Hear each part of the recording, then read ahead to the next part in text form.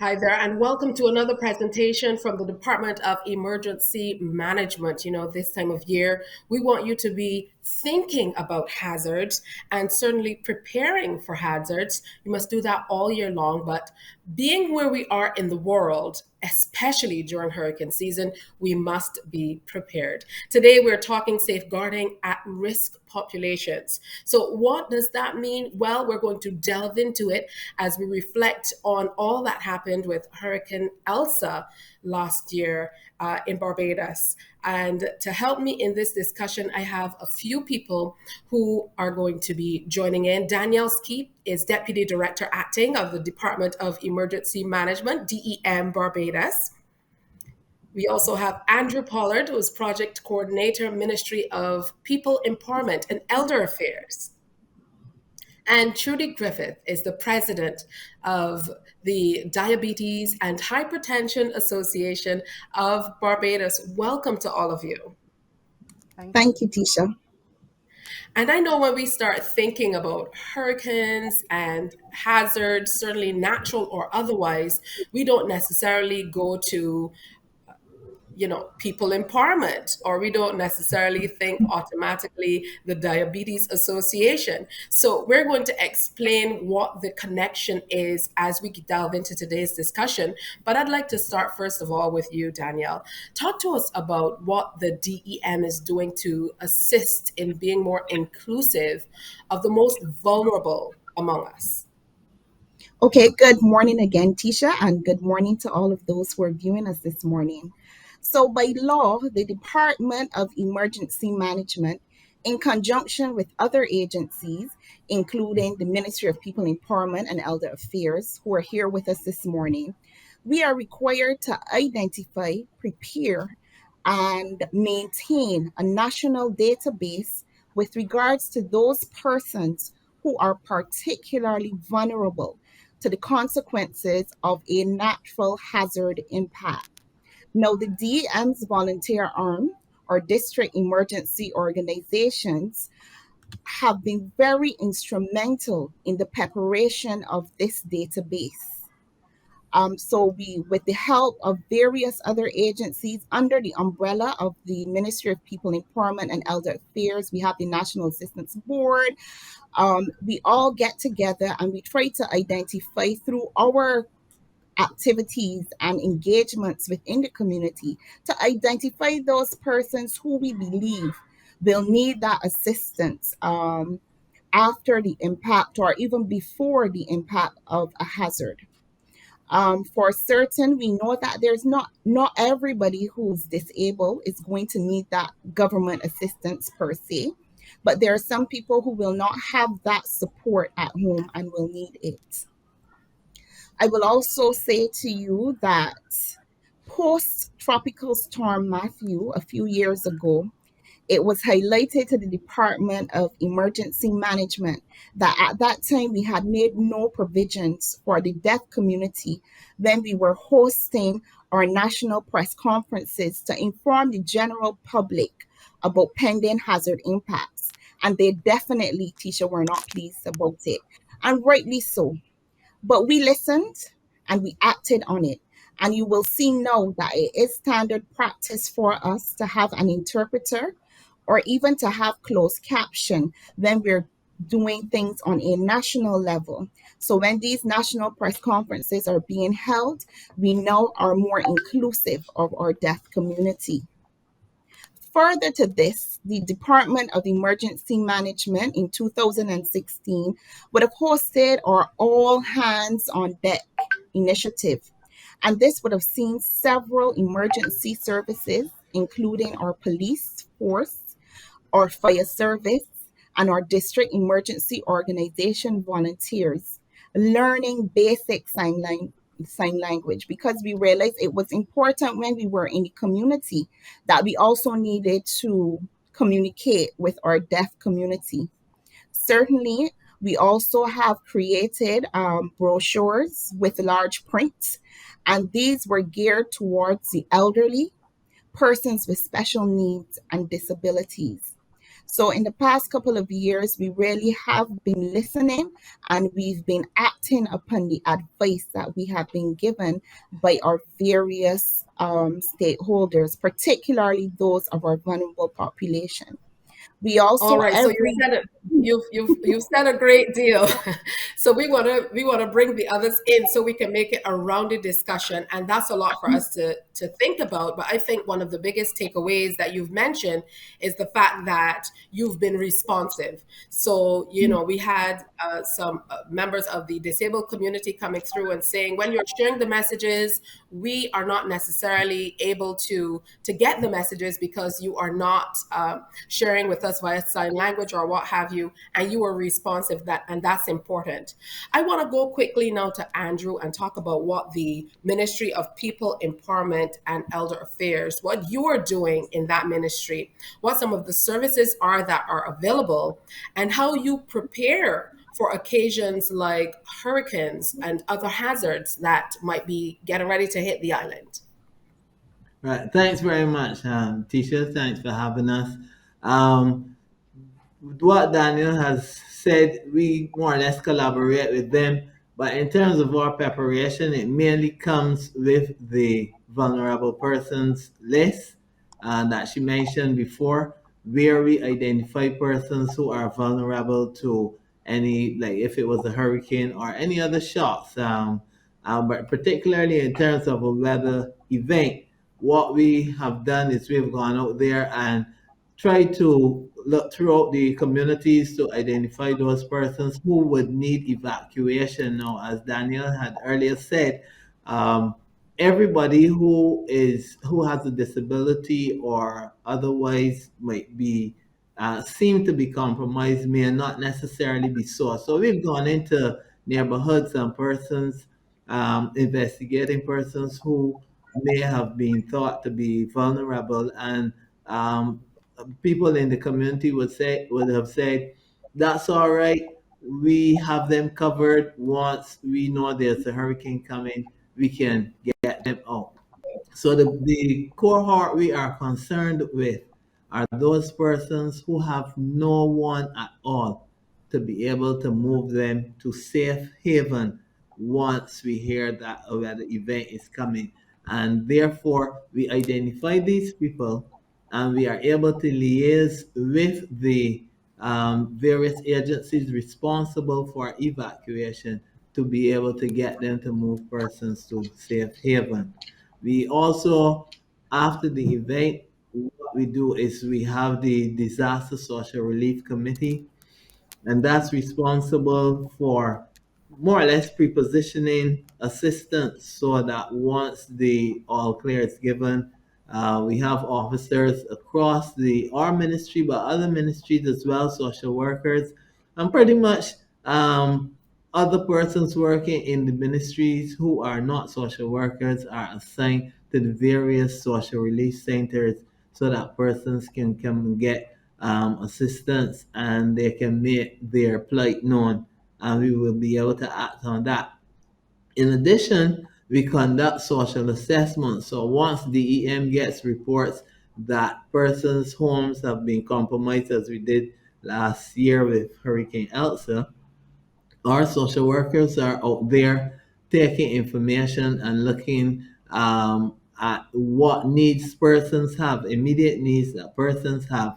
A major aspect of working with the hurricane relief for Hurricane Elsa last year was that we provided temporary accommodation to a number of persons whose houses have been damaged or destroyed. At present, we have 300 and about 45 persons in accommodation, and there are more persons because we're also working with the Ministry of Health, Ministry of Housing, who we are providing rental accommodation for them as well for their clients so that their houses can be rebuilt. So that's pretty Okay, much we Andrew. do. So this number, Andrew, this number of 345 is directly related to Hurricane Elsa, Hurricane is what you're Elsa, telling me. Hurricane. That's right. So Wow, these I are had no persons idea. I had no idea it was such a large number. All right, we're going to get Mm. back to that, and I'm really interested in hearing a whole lot more about the Disaster Social Relief Committee and all of the other ways that you are helping, the other services that are available. But I don't think that Barbadians really take it in when we say that one quarter of all adults in Barbados have a non-communicable disease. I mean, cardiovascular diseases, diabetes, chronic respiratory diseases, cancers. And often when we think about the most vulnerable among us, we don't necessarily think about them. We automatically go to maybe the disabled, disabilities that we can see. So let's go now to you, Trudy, and talk about the role of the Diabetes and Hypertension Association of Barbados in hurricane preparedness and most certainly awareness.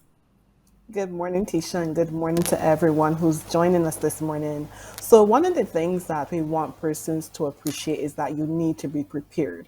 And as you rightly said, there are multiple Barbadians who are affected by chronic diseases, and therefore they need to be prepared. So, once you know you have a diagnosis, once you have been treated by a physician and you're supposed to continue treatment, it's very important that you have your medication and all your supplies available to you. It's not just about hurricane preparedness, it's about disaster preparedness as well. And that's what we're focusing on. So, do you have enough medication? So, if we were to be warned this evening at 6 p.m. That there is a system approaching Barbados, do you have enough medication? Do you have enough supplies? Are you prepared to ride out the storms, so to speak, in the event that something were to affect Barbados? And that is what we're focusing on, the preparedness element to everything that we're doing. So if you don't have medication, if you don't have supplies, if you don't have your blood pressure monitor or your blood glucose monitor, perhaps this is the time to start considering that you need to have those items on hand in the event that we were to be affected. But Trudy, do you guys have a role or play a role in getting people ready, either the various publics whom you serve, or through your services? Do you interact Yes. directly with the public?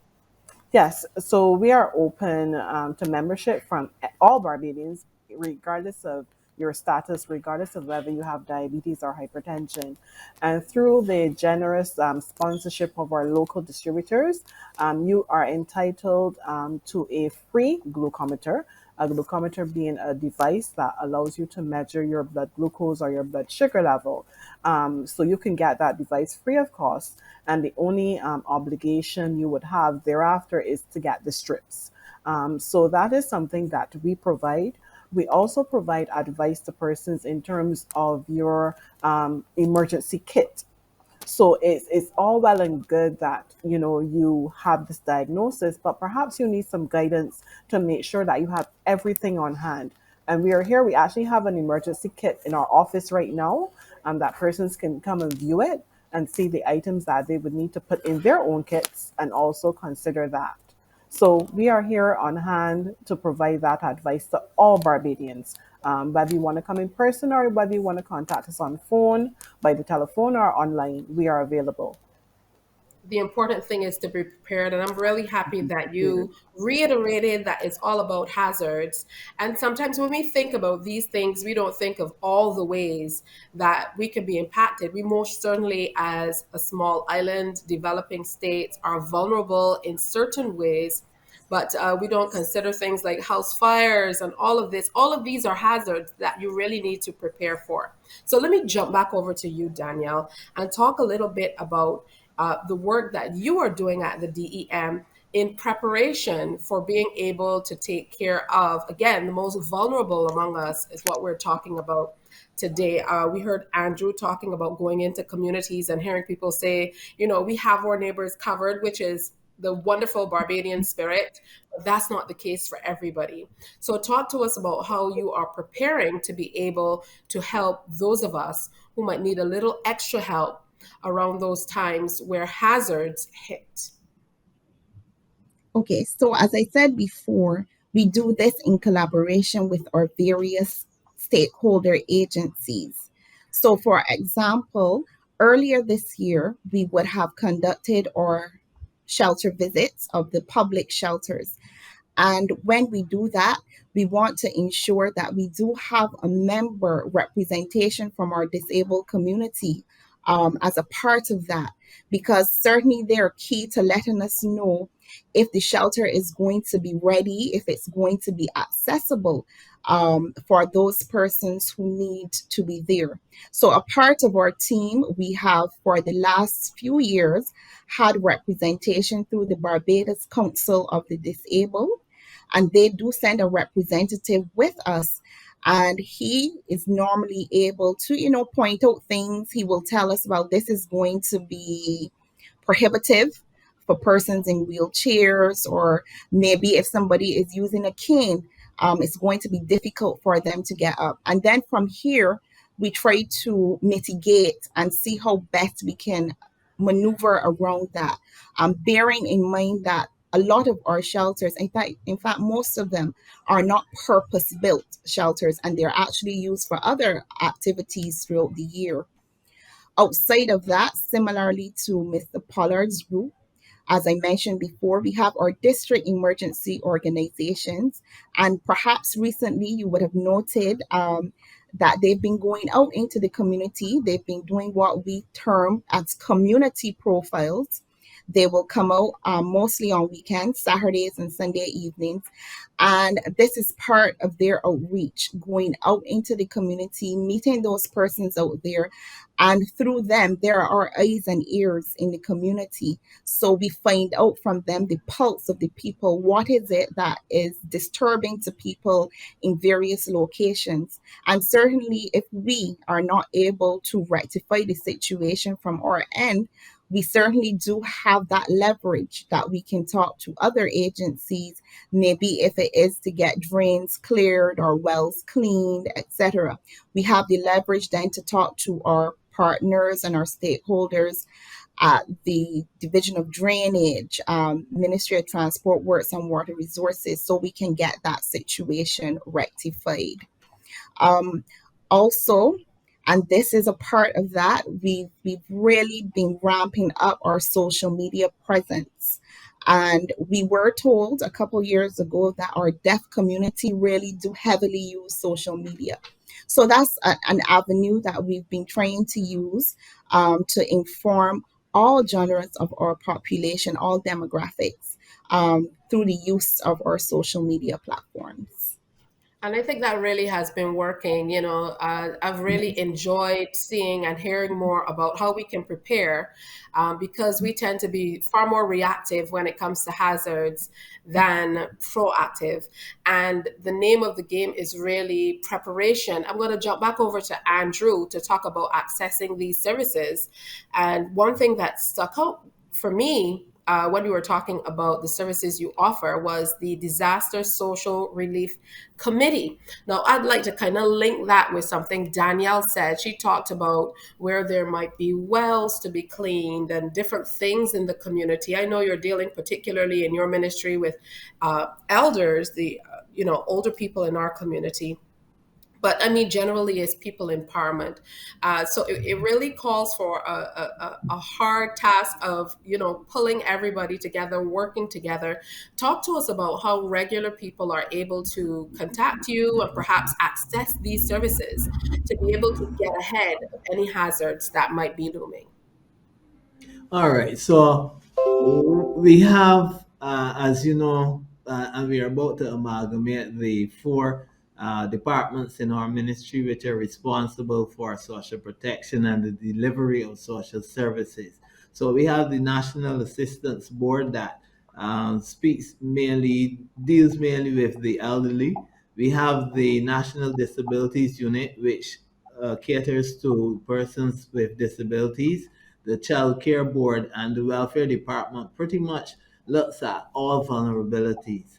Now we get our clientele. What we did first of all, we pulled all of these various groups together, and so we made available to them the opportunity for them to be able to call in and to say, well, we need help and so on. But that's on a regular basis.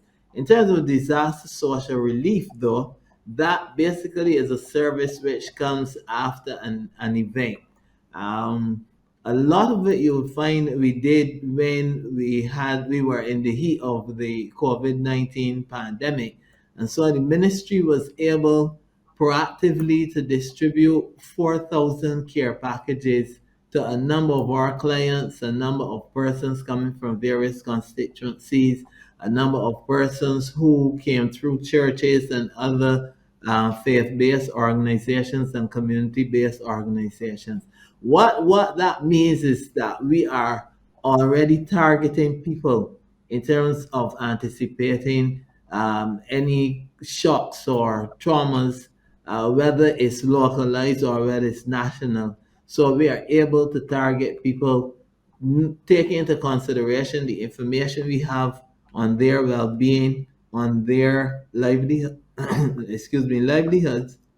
We are able then to respond to their needs. And as they said, the disaster social relief is an integral part of dealing with shocks and traumas after they have occurred.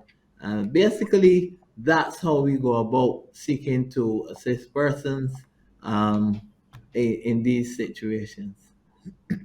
All right, good stuff. Danielle, do you get, no, let me jump to Trudy. Trudy, do you get a lot of people reaching out to the organization for the information and resources and the services that you offer? Because we still have people saying, I got a little sugar, you know, uh, it's just a Yeah. small piece of sweet bread. And they might think about getting enough sweet bread before they get that insulin, you know, or think about if the electricity goes off, how I'm going to be able to keep my medicine um, on ice or what have you. So making sure that you have ice to be able to do that and various different things. If it's raining and it's flooded outside and I have someone who's a wheelchair user, how will they get around? Things like that. Do we find that we are really preparing? Do we have plans in place based on your experience at the association? So, Tisha, let me unpack your commentary question by question. So, even though we do have a significant proportion of our population affected by both diabetes and hypertension, a lot of persons are not really aware of the resources that are available to them should they be diagnosed. So, then persons do receive a diagnosis and then they're wondering, am I the only person out there? How can I get help? What do I eat from this point forward? Because a lot of persons start to question their diets and what they're consuming. So I just want to assure persons that we do provide a range of services here at the association. As I said, you can contact us. And once you contact us, we can make that information available to you. Now, in terms of there was a comment you made that I want to expand on for a moment. A lot of persons, don't let me say a lot because we don't really know the number, but we do have persons who, when they're diagnosed with diabetes in particular, you may already have the onset of complications. And I specifically want to make reference to those persons who may have issues with their vision and issues with mobility. So those are the persons who particularly need that extra care and attention in the event of a disaster. So if you have a relative or you have a caregiver who can provide that assistance, that's great. But if you don't, you absolutely need to be on the radar of our authorities such as the EM and the Ministry of Elder Affairs and People Empowerment, because they need to know that you are in need of assistance. So it's quite important that we have access to that information and we can assist you. There was another point that you made with regards to storage of medication. And this is a situation that actually came up in the context of Hurricane Elsa, where persons may have been instructed that because we'd had a loss of power and therefore they'd had no electricity, that they needed to throw away their medication. And I just want to highlight that there are many medications that we have available to us in Barbados that can be stored at room temperature for up to 28 days and still be used. They are still efficacious. They're still going to work to lower your blood sugar. So it's not a matter that, oh, the power has been off for 16 hours and I now have to throw away that medication or I need to find ice. You actually don't want to freeze your medication, particularly your insulin. It is to be kept in the fridge, the bottom part of the fridge, not the freezer. If you put it in the freezer, it's going to destroy the medication. So I want persons not to resort to those types of self help efforts because they are going to counter the efficacy of the medication that they need to use to manage their blood sugars. There may have been a couple more things that I need to pull out from what you said, but perhaps we'll explore those as the morning goes on. I'm sorry that I asked you so many compound questions, but sometimes when we're talking about these things, you get Yeah. a little excited as you remember, all that's happening and how we are impacted.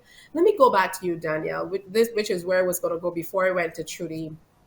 As we reflect on Hurricane Elsa, tell me about what was happening in the office of the DEM as all of that was happening across Barbados. How were you preparing? I know you said that you kind of got the heads up that you needed to do a whole lot more for the most vulnerable among us, if only to communicate with them. But take us behind the scenes and talk about what you needed to do to prepare and what it was like in office when Hurricane Elsa was hitting Barbados. Okay, so as you can probably imagine, the office was a hive of activity. There were some 70 plus persons at our National Emergency Operations Center, and this would have included our volunteers who were assisting us with the taking of calls for assistance. You may recall that there were over 3,000 reports of infrastructural damage to private residences alone. So the staff would have been there at work for 7 days straight. Um, as we worked with our national emergency management system to get our country back to a state of normalcy.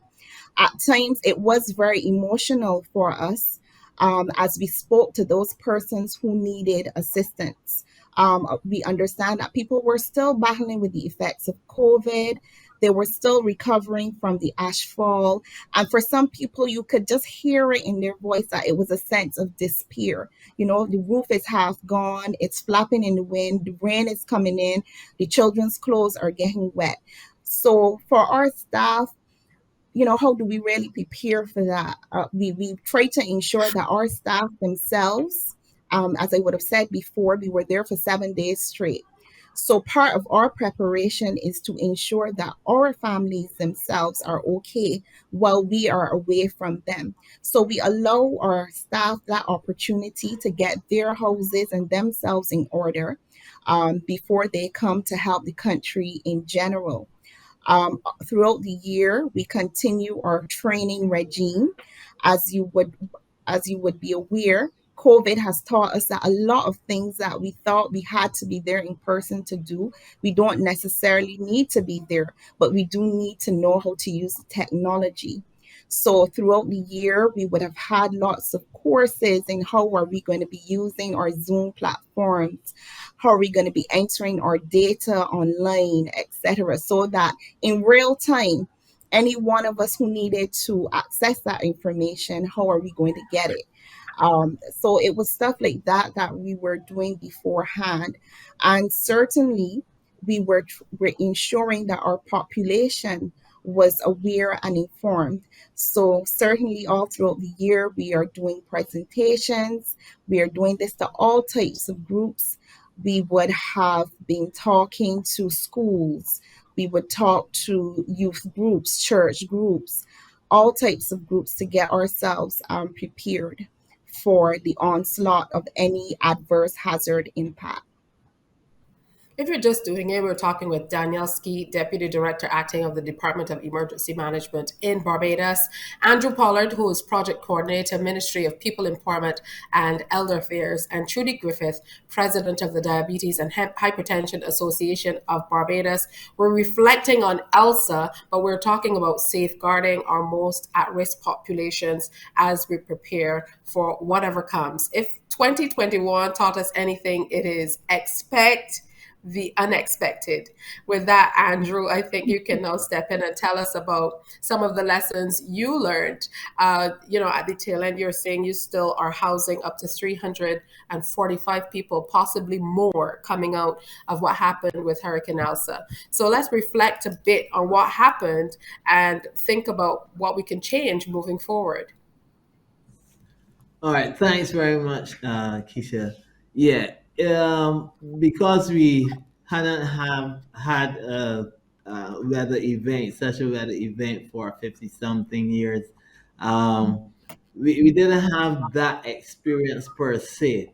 But in the Ministry of People Empowerment and Elder Affairs, we are always more or less ready and quick to get on board in terms of any crises that arise. Actually, in terms of most things, we are dealing with people, and we would always, as you say, expect the unexpected. Right. So what we learned is that, for one, there were a number of houses that were compromised, and out of that, then we recognize that we really need to be able to provide communal housing for persons whose homes have been damaged. And this is the crux of the matter in terms of those 340 something persons we have in accommodation right now. So even now, as we speak, the ministry is moving to see how we could look at setting up, standing up temporary housing, so that if God forbid we have an event this year, we would more or less be ready to provide the housing for persons. But the thing about that is that it isn't only housing, because we say housing, but when we host persons, we also have to feed them. We also have to provide recreational facilities and recreational mechanisms for them. We had children in accommodation who needed internet access. So when we look at what needs to be done with respect to making accommodation available, we understand that it isn't only just shelter, but it is also the concomitant mechanisms that go along with the shelter. And this has been a big lesson for us. So what have we done? We have put in our budget a disaster risk management component, a disaster risk management head, which speaks now to us being prepared, so that should an event arise this year, we would have the funds available to be able to mitigate for all of the challenges we have encountered during Hurricane Elsa. And basically, our a large part now of our ministry is focused on disaster risk management.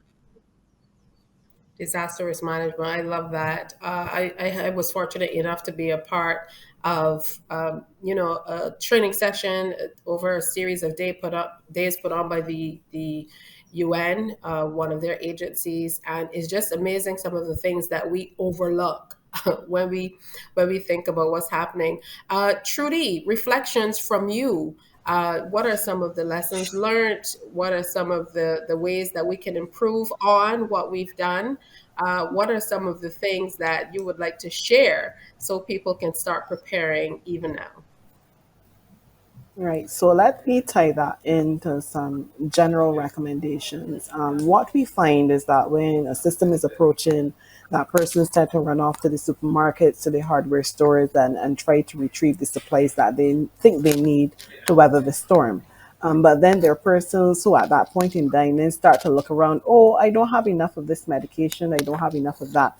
Even some persons will bring containers to their pharmacy which are expired. So you recognize that they haven't been using medication for a while. So that highlights some delinquency among our citizens, that they're not taking care of themselves. And during a disaster is not the time to start. You need to start from the time you've received your diagnosis, and you need to continue caring for yourself, because when a disaster strikes, we need to know that you can fend for yourself at least for the first 72 hours. So therefore, you need to make sure you are ready. I also want to advise persons that you actually need to have your health information all together in one place. We talk about your important documents in terms of your birth certificate, passport, etc.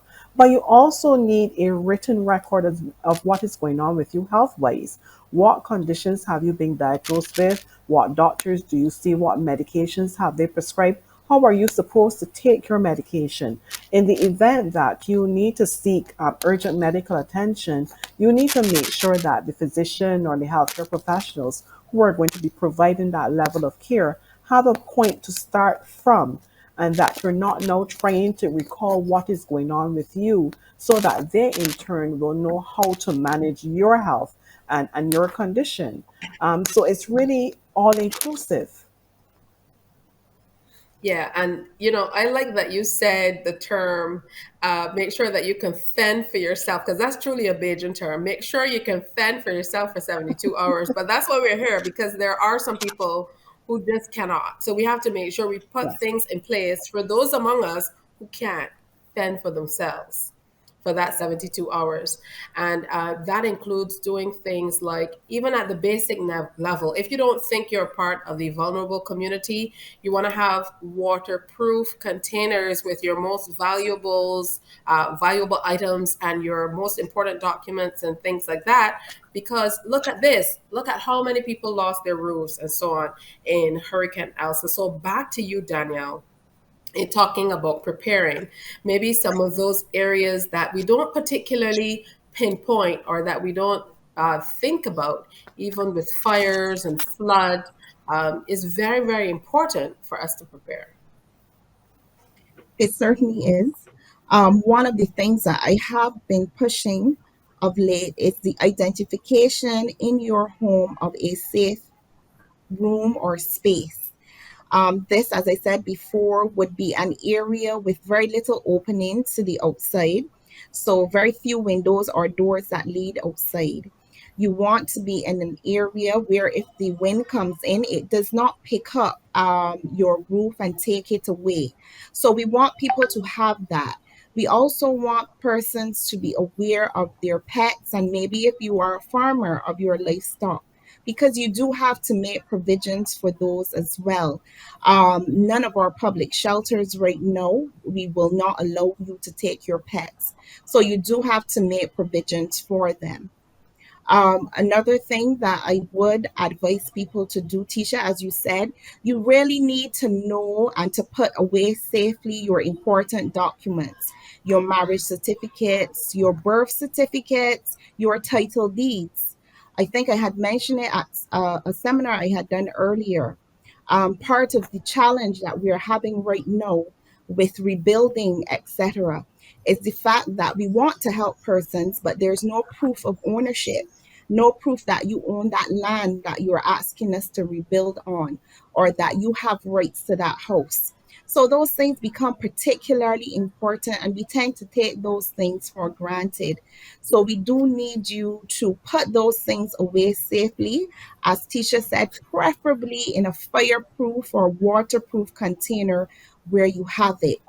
And most importantly, we want you to keep yourselves informed. We have now the cap, and that's cap.cap app. And we are encouraging those of you who can to have it downloaded on your smart devices. Thank you for putting it up. It's free from the Google Store. And for those of you who are Apple fanatics, it is also free from the Apple App Store, right? So there's no reason that you shouldn't have it.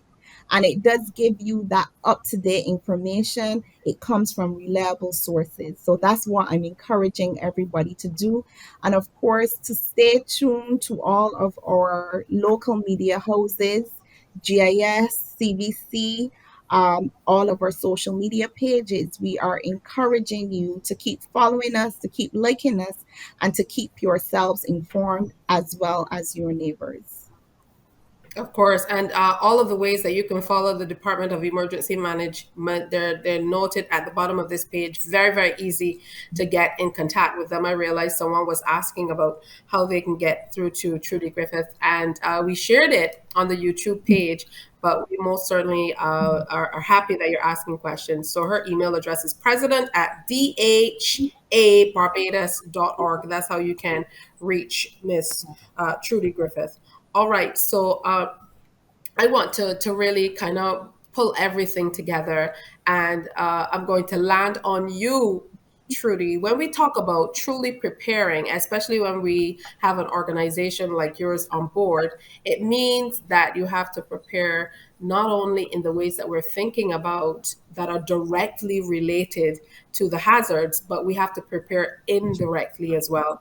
And that means making sure that we stay in good health. It means that we, we are exercising, we're taking our medications, and we stay as healthy as we can so that we can survive any eventualities that might come. Yes.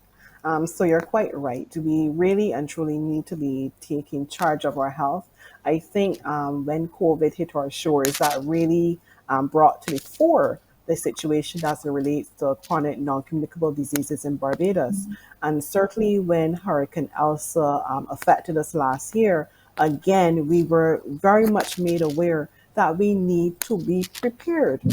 So it's not just about your health because we always tend to focus on your physical health, but we also need to appreciate that there is a mental element to your health as well.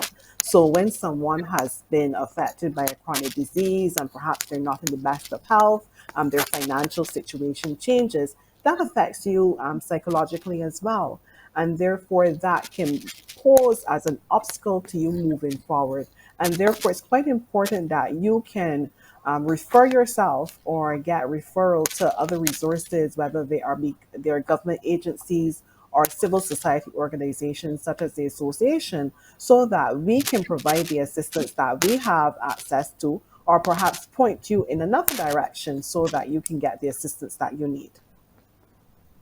Andrew, tell us how we can get a hold of you to be able to get ahead of whatever is happening and access these services that are available pre hazards while they're happening and post, of course. Thanks for that, Tisha. It seems like you're the people on my script or reading my mind. I just want to say that the helpline, we have a helpline. Our helpline number is 536-4673. Now, persons who feel they may be vulnerable, feel they may be in need for whatever service they would require, they can call that number. That number is more or less a clearinghouse, and that will allow the person on the other end to pass on their information to the relevant social service delivery agency. So that's how you can get a hold of us, and we are always available. The helpline is not 24 hours, but it's throughout the whole day, and you'll be able to get a hold of us and to let us know what your challenges are. We are moving to also to employ technology, so pretty soon you will be hearing a lot more of what we are doing with our MIS, which would help persons even greater in a greater way to be able to access our services, access them online, but they'll also be able to see what we have on offer online as well. All right. And Danielle, I know we think these days in terms of devices. And as we were talking and you were talking about CapCap, I got an alert via the app because I am one of those Apple fanatics, as you described. So I got a small prompt warning. So, you just put it on. No matter where you are in the world, you will get your alerts. Even if you don't have data on your phone, you still get the alerts. It's very important. So go online and download that. But when we're thinking in terms of technology, oftentimes we forget some important things. We have to go back to the basics sometimes because There might be no guarantee that you will have electricity, for example. So, what are some of the ways that you'd like to suggest that we prepare for hazards, thinking ahead that there might not be electricity? I know I'm old enough to remember when people still had battery operated radios and had telephones that you didn't have to plug in for them to work. But these days, if anything happens, out the window, you can't even make a call. And you are absolutely correct. So we do still employ those, the use of battery radios, and believe it or not, they're still being sold. So you can go and find those. You can go into Bridgetown, and I am sure you will find them somewhere in Swan Street. They're the battery powered radios. We also still need to have our torch lights with extra batteries. We want to make sure that our phones or tablets for children so that they are entertained or fully charged. Those are the things that we need to be thinking about. Outside of that, I still have a telephone that I plug in because you're right, Tisha. When the electricity goes off, we find ourselves in trouble in terms of our telephones, etc. And outside of all of that, we do need to have these conversations prior to an event with our family, with our children, with our grandparents, with our parents, so that we do, in the event that something happens and we do lose power, we don't have any cell phones. We know how we can contact each other. I remember going to school. I don't know how we did it, but you were supposed to meet your friends in front of K Shepherd at a particular time, and there was no cell phone, and you did it. You got there and you were on time because we talked to each other prior to something happening. So prior planning is going to be the key. That is going to be the key. Having these conversations, having our family plan, identifying beforehand what is the shelter closest to our home in the event that we need to get there. What is it that we will do? Where will we meet? Whose house will I go to if I get separated from mommy and daddy? So those are things that we continually have to have. And that's why we talk about having a family plan. Outside of that, I just encourage you to engage with the district emergency organization in your community. So there's 30 district emergency organizations, and we would encourage you to engage with them. And if you're not sure which district emergency organization is in your area, you can always call us directly at the Department of Emergency Management, and our number is 438-7575. So you can call us there for information. And certainly, if you do have access to it, you can go to our website and you will find that information there as well. I love that. Have a plan. I think that's most important. And I most certainly would love to see that community spirit coming back in some of our communities where we have community watches and community groups, and we're looking out for the most vulnerable among us. So maybe the elderly, the disabled, people who need that additional help. Now, with Hurricane Elsa in the rearview mirror and the 2022 hurricane season and whatever else is coming squarely ahead of us, what advice, based on what you learned moving forward from Hurricane Elsa, would you give as we prepare to wrap up? We're going to start with you, Andrew, then we go to Trudy, and we're going to end on Danielle. So over to you, Andrew. Yeah, thanks, Tisha. I basically want to reiterate what Danielle and Trudy have said, that we should be prepared, and we should be prepared based on the things they caution persons to look out for: securing your documents, making sure that your house has the capacity and the capability to at least withstand a hurricane, a category one at least, so that you are protecting yourself. So we really need to look out for ourselves, um, looking forward to the this year 2022 and even beyond. I would want to encourage people to really make sure they secure themselves and they have the numbers that they should call. We've just given them numbers. They should call these numbers beforehand. If they think they are going to be compromised, call the numbers early. All right, thank you. I think that that's a great part of the plan to add in. Don't wait for us to kind of call the numbers out. Make sure you have those numbers as a part of your plan, the various organizations that you may need help from. Come on, don't be shy. We all need help at some point in time. So there's no use sitting back and saying, you might feel a little shame asking for help. Do it to safeguard you and your family. Okay, over to you now, Trudy. Okay, so I want to echo what Andrew had just shared with our audience today. Know your numbers. In the context of diabetes and hypertension, it means knowing what your blood sugar reading is and knowing what your blood pressure reading is. But in the context of disaster preparedness, you need to know who to contact. If you have relatives, caregivers, neighbors who are ready, willing, and able to assist you, know how to contact them. And with reference to what Daniel said, they should also be part of your plan, your disaster plan in the event something happens, that you can lean on those persons. So you need to know how to get help. It is critically important that you know how to get help, not just to take care of your health, but also to take care of your home, to take care of your family, to take care of all those elements that are all important for life. So that's where I will end in terms. And if you need assistance, the Diabetes and Hypertension Association of Barbados is here, ready, willing, and able to assist you should you require any help. And we will provide those resources to you or point you in the direction of the resources that you would need for your specific requirements. Danielle, the final word is yours. Thank you. So first, I want to say it's the little things. It's those things that we think are not important or we'll get around to doing them. I just want to encourage you and let you know the time is now.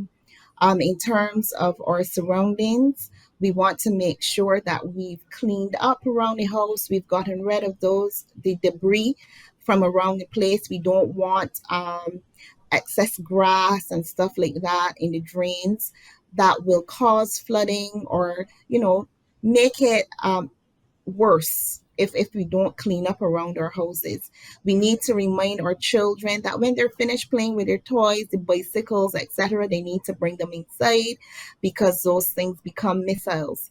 We need to remember to bolt down all of those things that we can't bring inside. If we have water tanks at the house, this is the time to ensure that your water tanks are securely into the ground.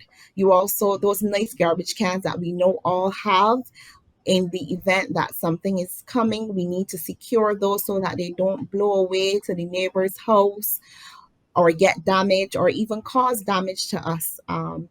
So it's those little things that we need to remember. I know that a house is never easy. Maintenance is expensive, but we need to start now. We may never have enough money to do everything, but one step at a time. So if at this point we're noticing that there are some windows that may be a little loose, this is the time to secure them. If we're noticing that we're seeing watermarks, this may be the time that you want to get your carpenter or somebody to come in and to help give you a solution, because we want to, after the effect of a hazard impact, we want to be back up and running as quickly as possible. It really has been a long 2 years for all of us here, and we certainly don't need anything else on us that we could possibly avoid. So again, I just want to say thank you to everyone who was here with us today. Thank you for your support. And certainly, I hope that you will take this information and you will share it among your friends and family. That's Danielski, Deputy Director, Acting, Department of Emergency Management, DEM Barbados. We had with us Andrew Pollard, who's Project Coordinator, the Ministry of People Empowerment and Elder Affairs, and Trudy Griffith, President of the Diabetes and Hypertension Association of Barbados, all put on by the Department of Emergency Management. Make sure you follow them on Facebook at DEM246. Special thank you to those of you who've been watching on Facebook or on YouTube today. You can also check them out on Instagram at dem.barbados, on Twitter at dem_Barbados, and you can check out the website www.dem.gov.bb or email deminfo@barbados.gov.bb. Thank you so much for starting this conversation. This is just the beginning. We have lots more to talk about as we continue to prepare. And I just want to leave you with a tip on why you should always be tweaking your plan. It can't be a plan that you had from 1983. Look, just last year we had COVID, or was that 2020? So quickly we had it. So all of a sudden you now need to put masks in your little, your package that you're traveling with. Just something as small as that. So make sure that you're preparing by getting ready. I want to thank all of you for sharing some your time with us and making some time to share with Barbadians. Remember, reach out and make that plan. I'm Tisha Hines for the DEM. Thank you for joining us.